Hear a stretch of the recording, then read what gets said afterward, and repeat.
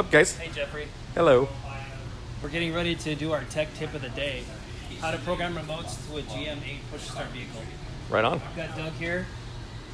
And Wade. What's up?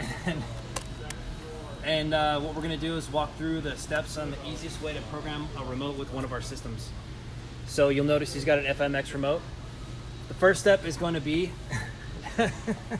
First step is going to ignition on, and you'll remember that the GM8 push-to-start is a long press to hold to go to ignition on. So once we've got ignition on, he's going to go ignition off, and then he'll start the vehicle right away. He'll release the foot brake, and then tap 2 more times, and it should put the brain right into program mode, you'll notice. Tap the remote to program that up. Once we're all programmed, you can shut the vehicle off, and you're all set. This way to program with one.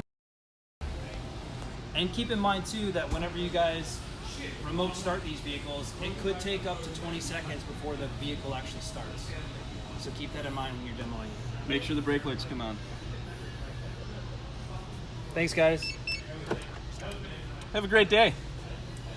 Bye. Bye-bye. Bye.